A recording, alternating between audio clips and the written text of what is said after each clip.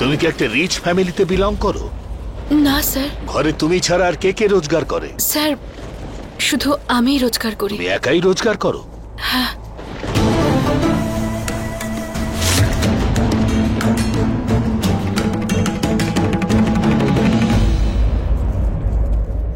একাই রোজগার করো, তবুও তুমি তোমার বসের নামে কমপ্লেন তার বসের কাছে করেছো।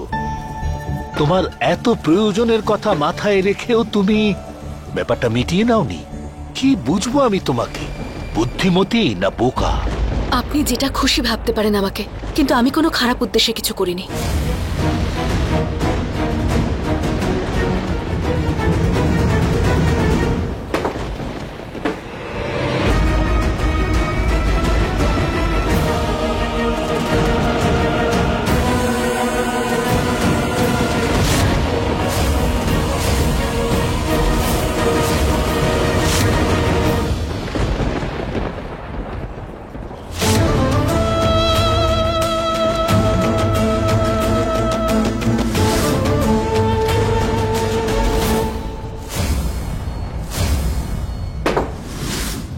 বিয়ে করবে?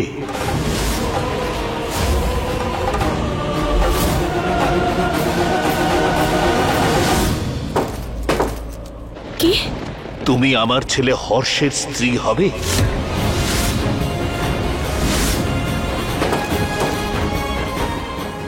আমি হর্ষর জন্য একটা ভালো মেয়ে খুঁজছি, যে সৎ এবং সম্পর্কের গভীরতা বুঝতে পারে।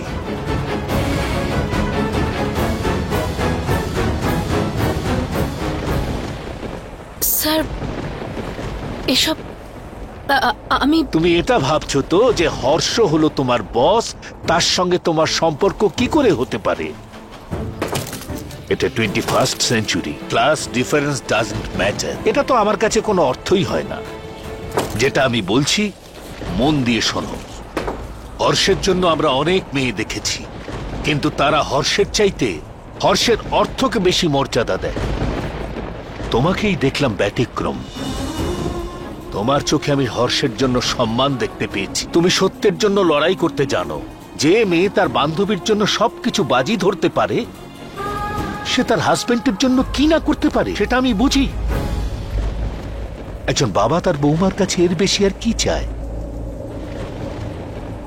জানো কি, তোমার মনের মধ্যে হর্ষের যে ছবি তুমি এঁকেছ, হর্ষ সেই রকম নয়। আমি বলতে চাইছি ও তার চাইতেও ভালো। ও একজন ভালো মনের মানুষ, মহিলাদের অত্যন্ত সম্মানের চোখে দেখে। কিন্তু এটাই দুঃখের, নিশ্চয়ই কেউ ওর মনে আঘাত দিয়েছে, তাই ও বিয়ে করেনি। এটাই সঠিক সময় হর্ষের বিবাহ করবার। সেটা তোমার মতোই একজন পারফেক্ট লাইফ পার্টনারের সঙ্গে। তুমি সম্মতি দিচ্ছ? হর্ষ শাস্ত্রী আমার আইডল। এত কম বয়সে উনি এত বড় এম্পায়ার দাঁড় করিয়েছেন। I have so much respect for him. Sir thank you, আপনি আমাকে হর্ষ স্যারের যোগ্য মনে করলেন, কিন্তু আমি নিজেকে ওনার যোগ্য মনে করি না। স্যার আমাকে ভুল বুঝবেন না আপনি। সেই মেয়েটা খুবই সৌভাগ্যবতী হবে যার বিয়ে হর্ষ স্যারের সঙ্গে হবে, কিন্তু আমি নিজেকে ওনার যোগ্য মনে করি না, সেজন্য আমি এটা করতে পারবো না। ঠিক আছে, 1 মিনিট দাঁড়াও।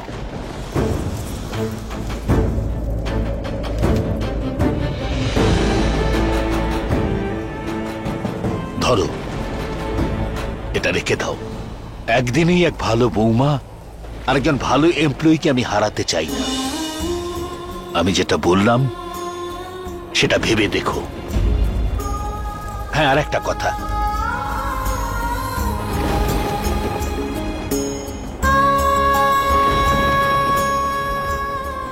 বাইরে যাওয়ার সময় শ্যামকে দিয়ে দিও।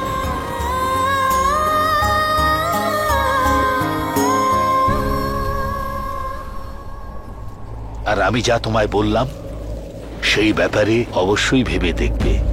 আমি উত্তরের প্রতীক্ষায় থাকব। থ্যাংক ইউ স্যার, আমার জব আমাকে ফিরিয়ে দেওয়ার জন্য।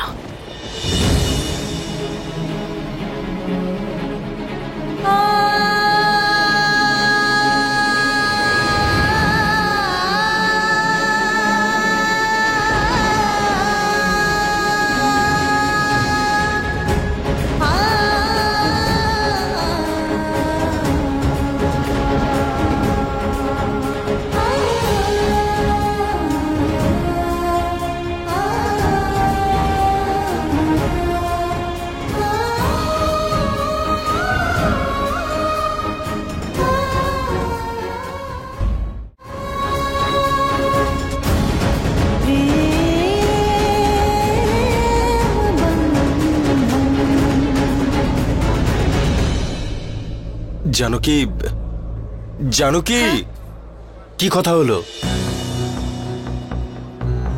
কি বললেন রাম স্যার? স্যার উনি এই লেটারটা আপনাকে দিতে বলেছিলেন।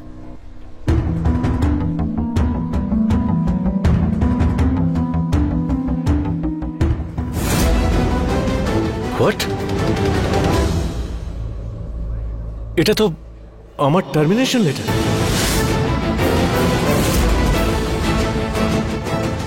কি বলেছো তুমি ভেতরে? অভিযোগ করেছো আমার বিরুদ্ধে? স্যার আমি এবার দেখো আমি তোমার কি অবস্থা করি। Just watch. সামান্য একটা এমপ্লয়ি। কি হলো? স্যার আপনাকে স্যার কেবিনে রেখেছে। আমাকে? ইয়েস। এ ভগবান, গিয়ে কি বলে এসেছো কে জানে।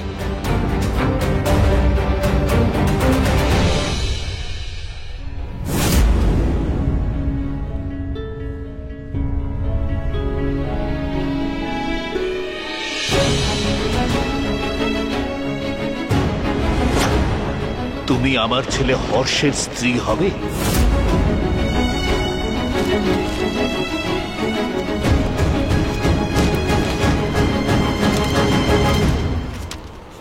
আমি হর্ষর জন্য একটা ভালো মেয়ে খুঁজছি, যে সৎ এবং সম্পর্কের গভীরতা বুঝতে পারে।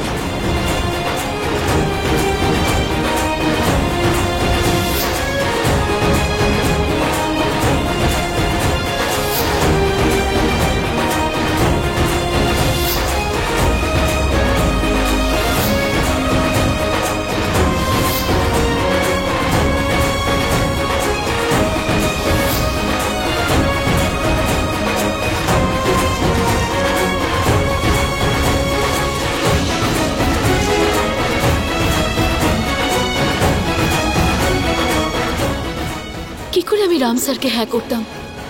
হতে পারে ওনারা অনেক বড় লোক, কিন্তু কিন্তু আমি তো অশোককে ভালোবাসি, আর বিয়েও আমি অশোককেই করব।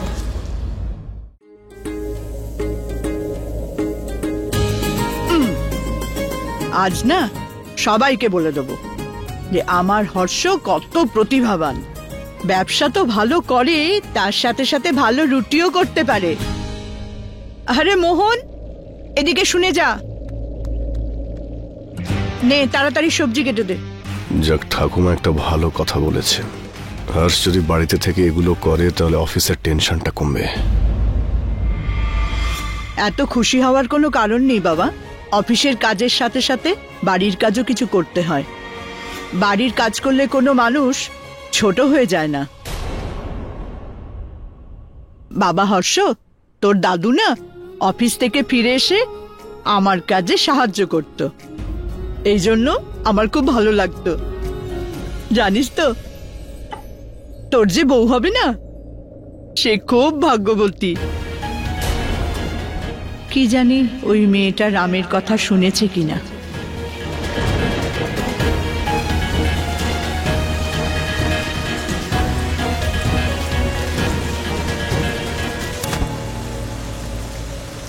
হে ভগবান, আমার হর্ষের জন্য একটা খুব ভালো বউ এনে দাও। সে আসলে ওর জীবন সুন্দর হবে।